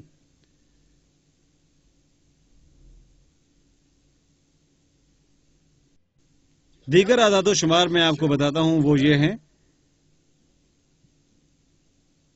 خواتین میں دعوت پیش کرنے کے مواقع مردوں میں دعوت پیش کرنے کے موقعوں سے بڑھ کر ہیں، کیونکہ خواتین انا پرست نہیں ہوتی، وہ خود نمائی کی حامل ہوتی ہیں، لیکن مرد انا پرست ہوتے ہیں.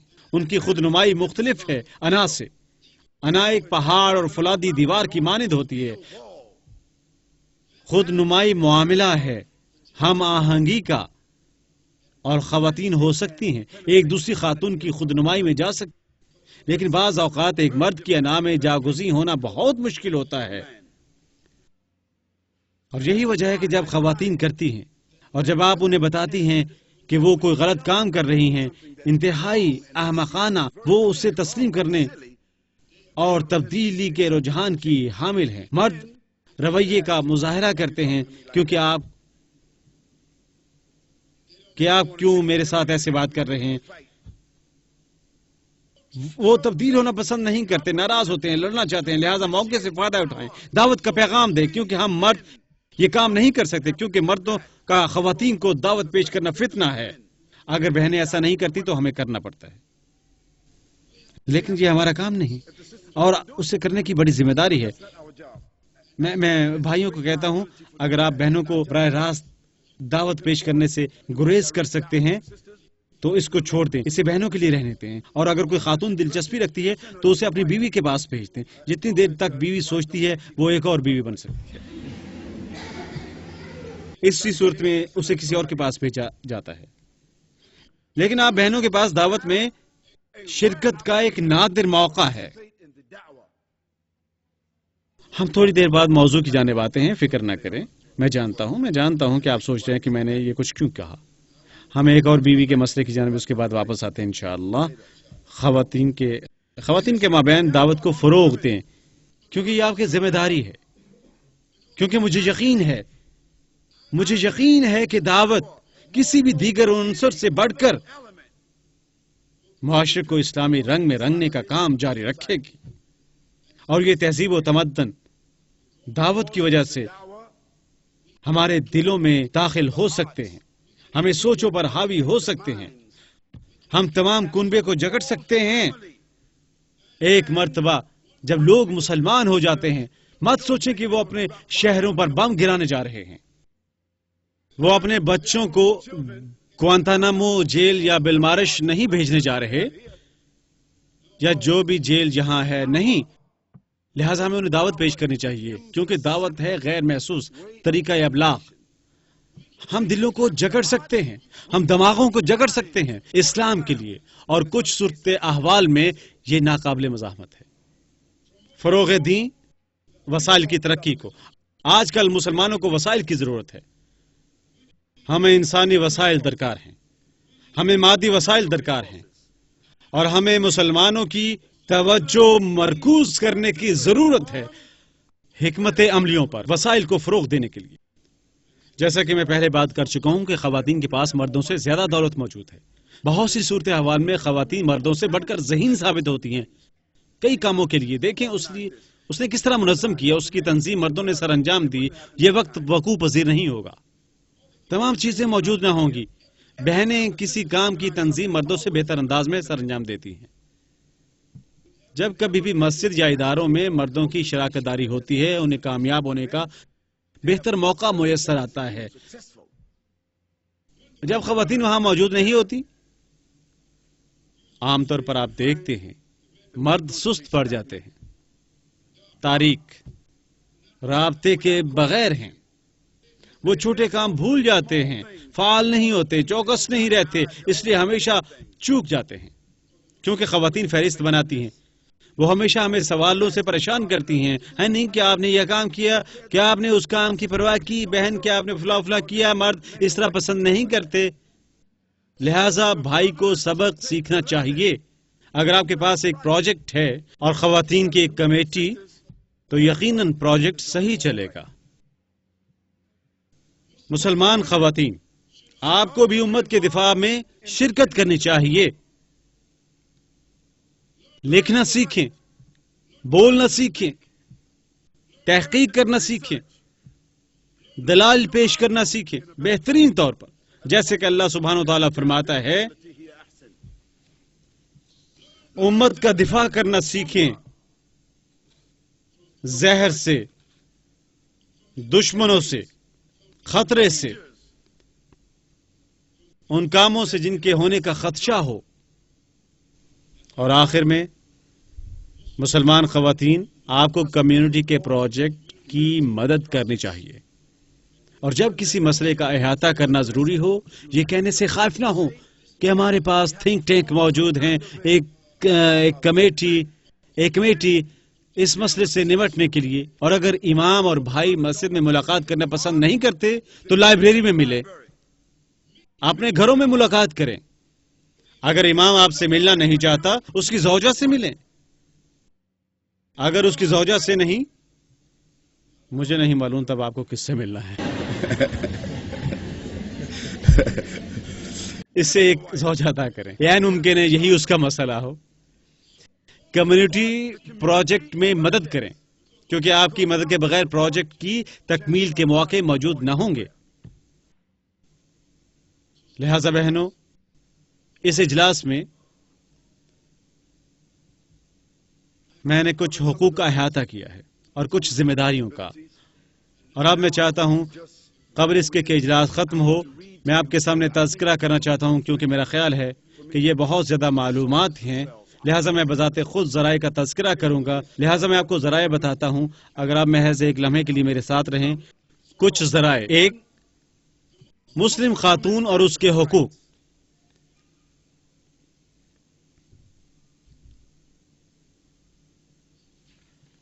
اگر آپ پسند کرتے ہیں، بھائی کاشف موجود ہیں مداخلت کرتے ہوئے، وہ انہیں تحریر کر سکتے ہیں اور سکرین پر پیش کر سکتے ہیں، یہ بہتر ہے۔ بہت خوب، کیونکہ میرے پاس موجود ہے 1 2 3 4 5 6 7 8 9 منتخب ویب سائٹس، جو بذات خود ان میں سے ایک ویب سائٹ میں 74 سے زائد لنکس موجود ہیں۔ لہذا میرا خیال ہے میں آپ کے ساتھ جو تعاون کرنے جا رہا ہوں، وجہ یہ ہے کہ میں آپ کو ذرائع مہیا کر رہا ہوں تاکہ آپ تحقیق کر سکیں اس موضوع کو خود کے لیے وسیع بنانے کے لیے انشاءاللہ۔ تب ہم وقفے کے بعد واپس آتے ہیں۔ میں کچھ خصوصی مسائل کے بارے میں بات کرنا چاہتا ہوں جن کے ساتھ ہمیں نمٹنا ہے، ان ذمہ داریوں اور حقوق کے ساتھ، اور تب اس کے بعد غالباً ہم لے سکتے ہیں کچھ سوالات اور جوابات، یہ مناسب ہوگا۔ ٹھیک ہے، انشاءاللہ سوالات اور جوابات کرتے ہوئے ہمارے شیخ فیصل وہ میری مدد کریں گے انشاءاللہ کیونکہ اس طرح ہمیشہ بہتر رہتا ہے کہ ایسی ہستی ساتھ ہو جو فقہی مسائل پر روایتی پس منظر اور اسلامی مطالعے کی حامل ہو، اور وہ میری مدد کریں گے۔ لہٰذا وقفے کے بعد میں کچھ خصوصی مسائل کا تذکرہ کروں گا میری جانب سے، مشاہدات، اور اس کے بعد ہم سوال و جواب کا سلسلہ شروع کریں گے تاکہ کچھ خصوصی مسائل حل کر سکیں گے جو آپ بذات خود دیکھ سکتے ہیں۔ سبحانك اللهم وبحمدك ونشهد أن لا إله إلا أنت ونستغفرك ونتوب إليك. السلام عليكم ورحمة الله وبركاته. الحمد لله والصلاة والسلام على رسول الله صلى الله عليه وسلم وعلى آله وأصحابه وأزواجه ومن والاه وبعد. والسلام عليكم ورحمة الله وبركاته. عزیز مسلم بہنوں، آپ کے صبر و تحمل کا شکریہ اور برداشت کا، جس سے ہم برداشت کر سکے یہاں پر فنی مسائل کو انشاءاللہ۔ دوسری بات، اور ہم مقررہ وقت سے زائد وقت لینے کی کوشش نہیں کریں گے اپنا کام مکمل کرنے کے لیے انشاءاللہ، قبل اس کے کہ ہم سوالات کی جانب بڑھیں اور ان کے جوابات کی جانب میں کچھ مسائل کے بارے میں بات کرنا چاہتا ہوں جو ہمارے موجودہ موضوع سے متعلق ہیں۔ میں یہاں پر بات کر رہا ہوں میں ایک باب جتنا معروضی ہونے کی کوشش کر رہا ہوں، بطور ایک خاوند، بطور ایک بھائی، اور بطور ایک ذمہ دار مسلمان۔ لیکن میں ایک ماہر عمرانیات کے طور پر بھی بات کر رہا ہوں، ایک شخص جو ایک پس منظر کا حامل ہے اور خصوصی تعلق اور تربیت کا عمرانیات کے میدان میں۔ لہذا جب میں ان میں سے کچھ مسائل پر بات کرتا ہوں، کوئی اور فقہی اعتبار سے نظر ثانی کرتا ہوں، اور جیسے یہ سوالات آتے ہیں، میں پہلے ہی بہت سے سوالات دیکھ چکا ہوں۔ لوگ مجھ سے سوالات پوچھتے ہیں، اگر میری اہلیت ہے ان کے جوابات دینے کی فقہی یا احکام کا نقطہ نظر سے، اور میں ایسا نہیں کرتا، میں ایسا نہیں کروں گا، کیونکہ جو علاقائی لوگ ہیں، لوگ جو یہاں آپ کے ملک میں موجود ہیں، آپ کے علاقے میں، آپ کے شہر میں، جو اہلیت رکھتے ہیں، اگرچہ وہ خواہش نہیں رکھتے اور اگر ان تک رسائی ممکن نہیں، کبھی کبھار مجھے وہ نہیں کرنا چاہیے کیونکہ میں اہلیت نہیں رکھتا۔ دوسری بات یہ کہ میں آپ کی توجہ مبذول کروا رہا ہوں حوالوں کی جانب جو قابل اعتماد ہیں، جو معروف ہیں اور ان تک رسائی ممکن ہے۔ لہذا بہت سے سوالات جو کچھ بہنیں پوچھ رہی ہیں، آپ کو جواب مل جائیں گے جب آپ یہ حوالے دیکھیں گے۔ لہذا یہ ہلانے اور اوون میں پکانے کا مسئلہ نہیں ہے کہ آپ کچھ سوالات تحریر کریں اور خالد ان کے جواب دینے کی ذمہ داری قبول کریں، یہ فیصل یا کام کریں، نہیں، آپ خود کچھ کام کریں اور کچھ کام ہم کریں گے۔ لہذا اگر میرے پاس راستہ موجود ہو اپنے پس منظر سے ان کا جواب دینے کا، میں یہ کام کروں گا، شیخ بھی میری مدد کریں گے۔ لیکن اگر میں اس سوال کا جواب نہیں دیتا، اس کی وجہ یہ ہے کہ آپ کو جواب مل جائے گا ان حوالوں میں جو میں آپ کو دے رہا ہوں، کیونکہ ان حوالوں میں سے 5 یا 6 ویب سائٹس ہیں ان لوگوں کی جو بذات خود فتویٰ دے سکتے ہیں، اور اللہ سبحانہ و فرماتا ہے فاسألوا أهل ذکر ان کنتم لا تعلمون، پوچھو، ذکر کرنے والوں سے پوچھو۔ ذکر کا مطلب ہے قرآن اور سنت، یعنی قرآن اور سنت کے لوگوں سے پوچھو، مطلب ہے علماء سے پوچھو اور فقہا سے پوچھو اگر تم نہیں جانتے۔ لہذا کچھ خصوصی مسائل، اول میں 10 واضح ترین مسائل پر روشنی ڈالوں گا، یہ کہ وہ متعلقہ ہیں مسلم خواتین کے جو اپنے حقوق اور اپنی ذمہ داریوں کی تکمیل کی طالب ہیں، مسلم دنیا میں بھی اور اس کے ساتھ ساتھ ان مقامات پر بھی جہاں وہ بطور اقلیت موجود ہیں، مثلا آسٹریلیا میں۔ نمبر 1، بڑے مسائل میں سے پہلا مسئلہ سماجی اور سیاسی اختلافات مسلم معاشروں کے اندر ہے۔ یہ ایک مسئلہ ہے کہ بہت سی صورت احوال میں ہم حوالہ پیش نہیں کر سکتے مسلم معاشروں کو اپنے مسائل حل کرنے کے لیے، کیونکہ بہت سی صورت احوال میں، در حقیقت تمام صورت احوال میں، سماجی اور سیاسی تضادات جو مسلم ممالک میں اس قدر بگڑے ہوئے ہیں، اس قدر پریشان کن ہیں اور اس قدر پیچیدہ ہیں کہ بہت سی صورت احوال میں ہم انہیں بطور حوالہ استعمال نہیں کر سکتے۔ میں نہیں کہتا کہ ہم ان ممالک کے مفکرین کو استعمال نہیں کر سکتے، میں نے کہا کہ تضاد، سماجی اور سیاسی تضاد اداروں کی طرز میں، میرا مطلب ہے متضاد قرآن سے اور پیغمبر صلی اللہ علیہ وسلم کی سنت سے، یہ پہلا مسئلہ ہے۔ دوسرا مسئلہ کہ مسلم خواتین کے بہت سے حقوق اور ذمہ داریاں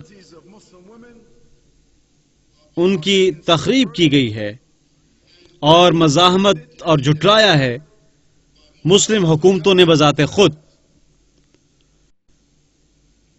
اب میں یہ کہنے کی ذمہ داری لیتا ہوں، شیخ یہ نہیں کہہ رہے کہ میں یہ کہہ رہا ہوں، اور میں دورہ کرنے کے بعد یہ کہہ رہا ہوں، کم از کم 27 مسلم حکومتوں کا، اگرچہ میں وہاں ہفتہ 10 دن رہا، میں نے ان سے ملاقات کی اور میں نے انہیں خود دیکھا کہ وہاں کیا تضادات ہیں، کیا مزاحمت اور کیا تردید اور تخریب مسلم خواتین کے حقوق اور ذمہ داریوں کی جو ان ممالک میں ہے۔ یہ دوسرا مسئلہ ہے، میں اس کی ذمہ داری لیتا ہوں اور بالکل برا نہیں مانوں گا۔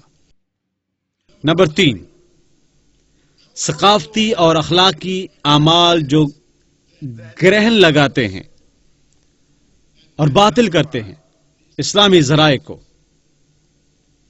لوگ عمل کرتے ہیں ثقافتی اور اخلاقی مسائل پر، اور وہ اس قدر اندھا دھند وابستہ ہوتے ہیں ان ثقافتی اور اخلاقی مسائل کے ساتھ کہ آپ جب انہیں بتاتے ہیں اللہ نے فرمایا، اللہ کے پیغمبر نے یہ کہا، شرع یہ فراہم کرتی ہے، اور وہ اس کی پرواہ بھی نہیں کرتے۔ لہذا اس کا مطلب ہے کہ احکام یا سنت مبارکہ کے اصول مکمل گرہن زدہ ہیں، وہ آپ کو کہیں دکھائی نہیں دیتے، آپ ان کی جانب نہیں دیکھ سکتے، کوئی قدردانی نہیں، کیونکہ لوگ ترجیح دیتے ہیں رنگ و نسل کے مسائل، یا ہو سکتا ہے نسلی تعصب،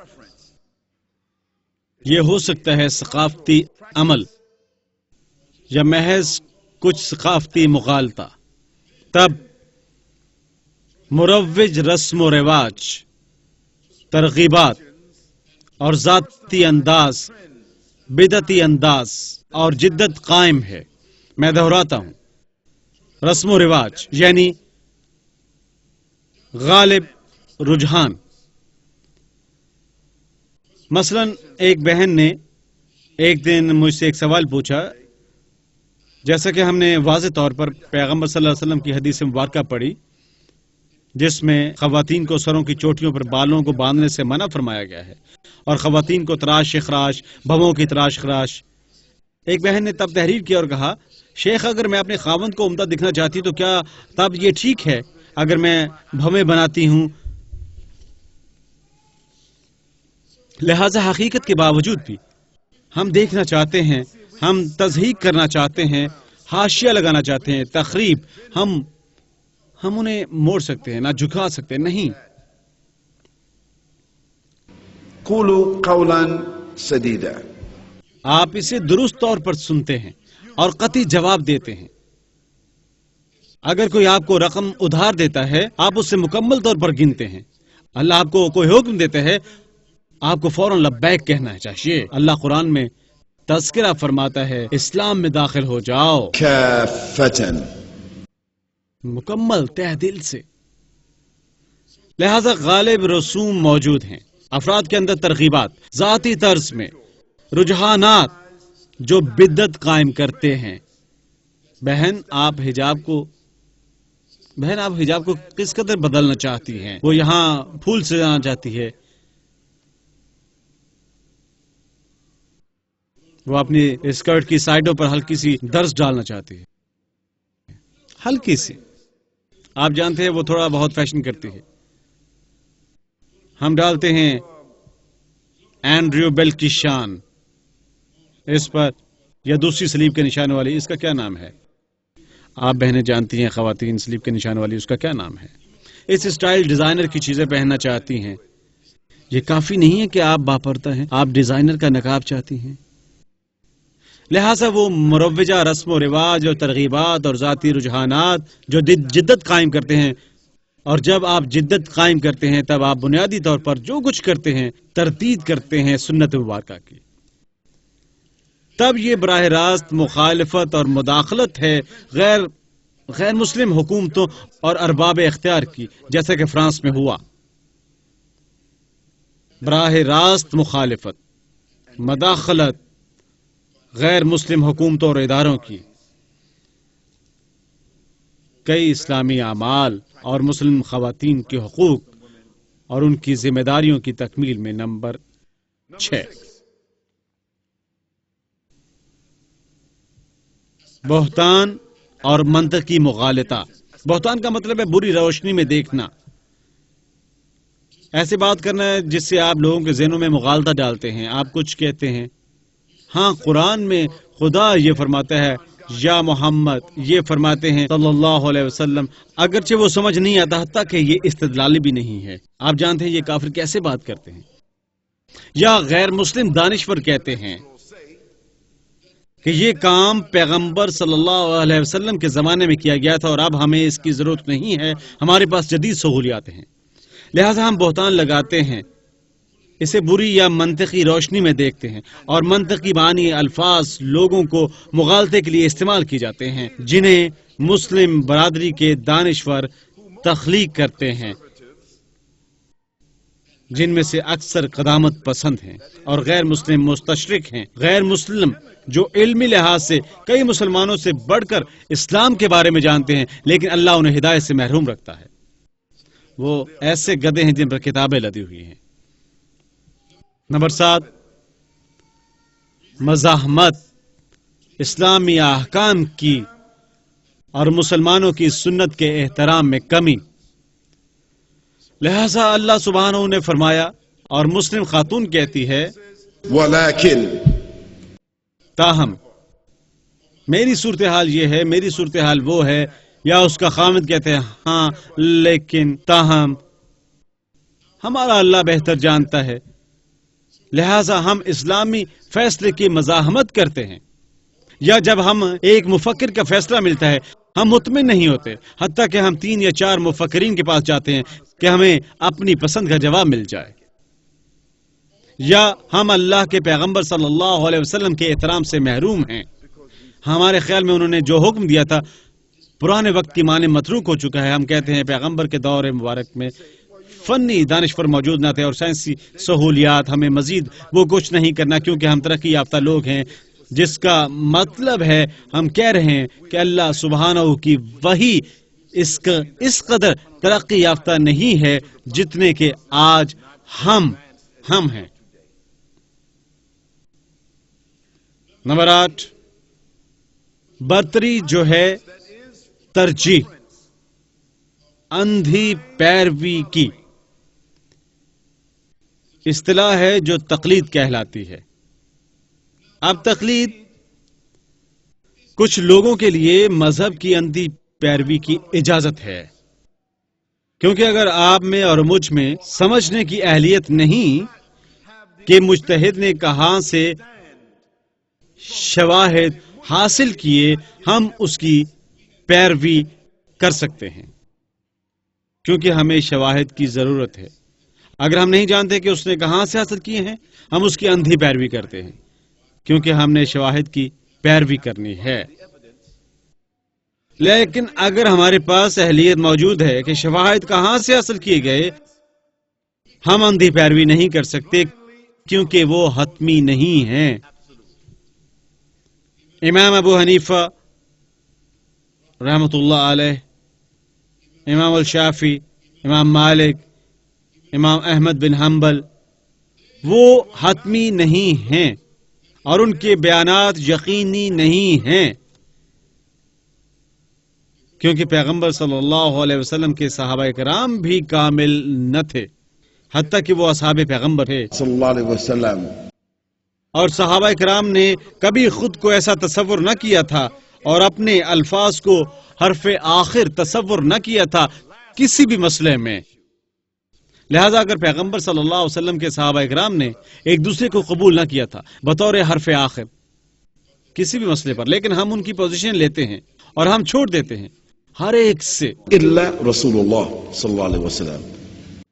ہم لیتے ہیں اور ہم چھوڑتے ہیں شواہد کسی سے بھی، الا رسول اللہ صلی اللہ علیہ وسلم. کیونکہ اللہ سے یہ قطعی اور یقینی ہے، پیغمبر صلی اللہ علیہ وسلم سے قطعی اور یقینی ہے، اور جہاں پر موجود ہیں اجماع پیغمبر صلی اللہ علیہ وسلم کے صحابہ کرام سے، یہ بھی قطعی اور یقینی ہے۔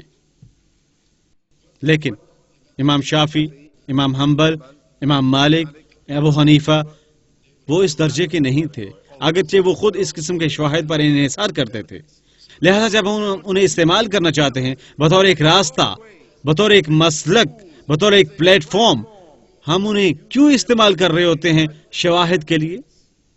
ہم خود انہیں استعمال نہیں کر رہے ہوتے بطور ایک شاہد، ہم ان کی پیروی کرتے ہیں شواہد کے لیے۔ لہذا دلیل ہمارے لیے کیا ہے، ہمارے لیے کیا حکم ہے؟ ہمارے لیے ذریعہ شواہد بذات خود ہیں، تاہم کچھ مسلمان وہ اصرار کرتے ہیں یہ کہتے ہوئے شیخ فلاں اور فلاں، مفتی فلاں اور فلاں، بزرگ امام فلان فلاں، مفکر فلان فلاں، اور وہ اس شخص کا نام استعمال کر رہے ہوتے ہیں، اس کی رائے استعمال کر رہے ہوتے ہیں بطور حتمی ذریعہ، اور وہ اس کے ساتھ منسلک ہے، پرواہ نہیں کرتے آپ کیا کہنا چاہے۔ آپ انہیں ایک مستند حدیث بھی پیش کریں، وہ آپ کو ایک آیت مبارکہ پیش کرتے ہیں، وہ ایسی آیت مبارکہ پیش کرتے ہیں جو منسوخ ہے، اور آپ اسے بتاتے ہیں کہ یہ آیت مبارکہ منسوخ ہو چکی ہے، وہ آپ کو کہتے ہیں کہ مجھے کوئی پرواہ نہیں، مجھے شیخ نے بتایا تھا۔ یہ اندھی تقلید کہلاتی ہے۔ لہذا مسائل میں سے ایک مسئلہ یہ ہے کہ بہت سے مسلمان، ان میں سے بہت سے، وہ اندھی تقلید کر رہے ہیں، وہ حوالوں کی پرواہ نہیں کرتے۔ دوسرا، وہ نہ صرف اسکالرز کی اندھی تقلید کرتے ہیں بلکہ وہ شخصیات کی بھی اندھی تقلید کرتے ہیں۔ وہ محض ایسی شخصیات ہوتی ہیں جنہیں وہ اس لیے پسند کرتے ہیں کہ وہ کیسی دکھائی دیتی ہیں، وہ گلوکار ہیں یا وہ اچھا قاری ہے یا پھر وہ مسجد کا امام ہے، آپ اس کی داڑھی یا پگڑی پسند کرتے ہیں، آپ جانتے ہیں کہ فلاں یونیورسٹی کا گریجویٹ ہے یا جو کچھ بھی ہے، مجھے پرواہ نہیں، وہ میرا امام ہے۔ شخصیات پر متوجہ ہونا اور اندھی تقلید مفکرین کی۔ نمبر 9، میں نہیں چاہتا کہ کوئی کہے کہ خالد نے کہا کہ ہمیں مذہب کی تقلید نہیں کرنی چاہیے، میں نے وہ نہیں کہا، یا ہم مفکرین کو ان کے نام بتائیں، میں نے وہ نہیں کہا، میں نے ان سے کوالیفائی کیا ہے انشاءاللہ۔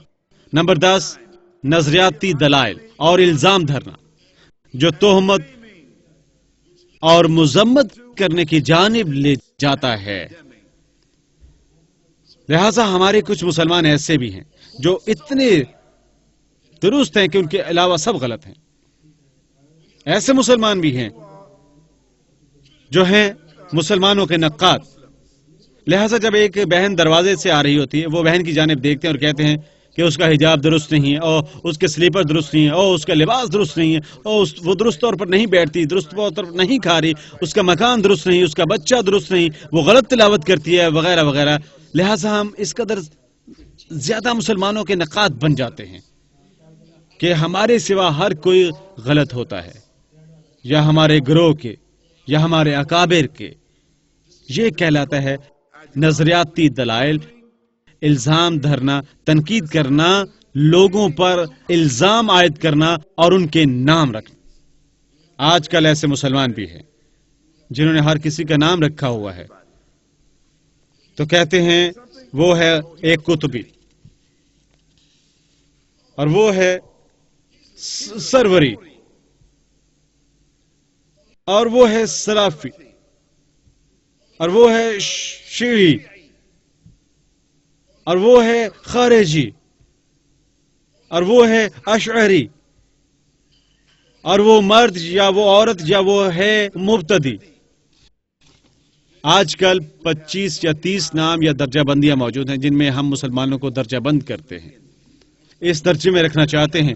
آپ آرام دہ محسوس کرتے ہیں کہ وہ کون ہے۔ سوال یہ ہے کہ آپ کس درجے